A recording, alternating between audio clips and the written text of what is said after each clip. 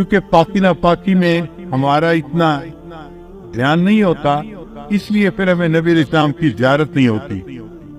بہت سارے لوگ یہ کویسچن پوچھتے ہیں کہ جی اتنے سالوں سے ہم کوشش کر رہے ہیں کہ ہمیں نبی علیہ السلام کی زیارت نصیب ہو، مگر نہیں ہوتی۔ عام طور پہ جو ہم نے بزرگوں سے سنا ہے اس کی دو وجوہات ہوتی ہے، ایک نگاہ ناپاک ہوتی ہے اور ایک بدن یا کپڑے ناپاک ہوتے ہیں جس کی وجہ سے زیارت سے محروم ہو جاتے ہیں۔ اگر ان دو چیزوں پر محنت کریں تو اللہ تعالیٰ زیارت نصیب جلدی فرما دیں گے۔ نگاہ کا بہت زیادہ پرہیز کریں،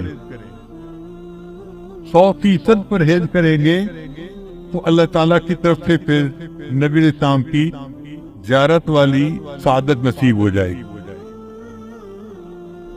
میرے والدین چونکہ شروع سے ہی نیکی کی زندگی گزارنے والے تھے،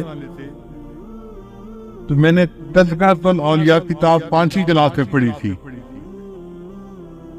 5ویں کلاس کے بچے کو تو ابھی کنسیپٹ بھی نہیں ہوتا، مگر مجھے والد صاحب نے وہ کتاب لا کر دی کہیں سے، تو میں نے اس میں اللہ والوں کے واقعات پڑھے تو دل میں بڑا شوق ہوا کہ مجھے بھی اس لائن پہ چلنا ہے اور اللہ والوں کی لائن پہ آگے بڑھنا ہے۔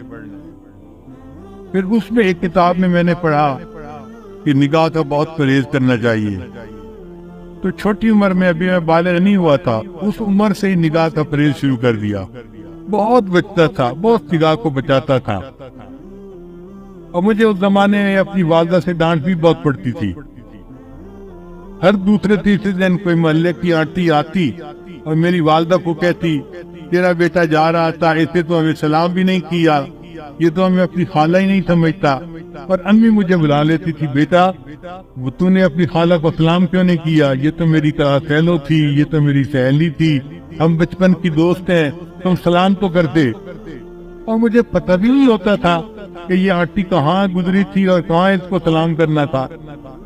تو میں آگے سے ایک بار کہتا تھا، امی آنٹی سے یہ پوچھو کیا میں نے اس کی طرف دیکھا تھا؟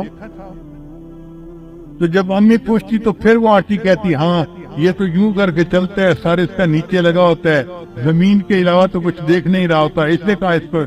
میں نے کہا امی مجھے یہ بھی نہیں پتا میرے پاس سے مرد گزرا ہے یا عورت گزری ہے، میں کس کو سلام کرتا؟ تب جا کے میری جان چھوٹتی تھی۔ لیکن اندر اندر مجھے بہت غصہ آتا تھا ان آنٹیوں پہ، سارا محلہ خانہ بنا ہوا ہے، سارا محلہ آنٹی بنا ہوا ہے، اور بس ان کو سلام ہی کرو چلتے ہوئے۔ لیکن نگاہ کی اتنی حفاظت کا بہت فائدہ ہوا۔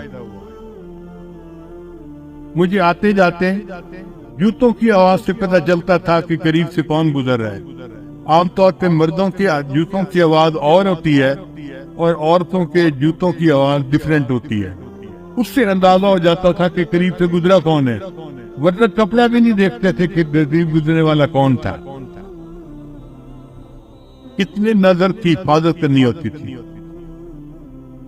اس پر اللہ رب العزت نے پھر جو مہربانیاں کی وہ اب کیا بتائیں آپ۔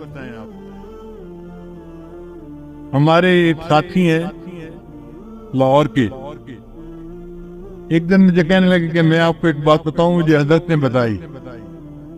میں ان کا بتائے، کہنے کہ حضرت نے مجھے بتایا کہ دیکھو اس وقت آپ کسی مسجد میں کھڑے تھے، آپ کی طرف اشارہ کر کے حضرت نے کہا کہ اس بچے کو اس وقت 100 سے زیادہ مرتبہ نبی علیہ السلام کی زیارت ہو چکی ہے۔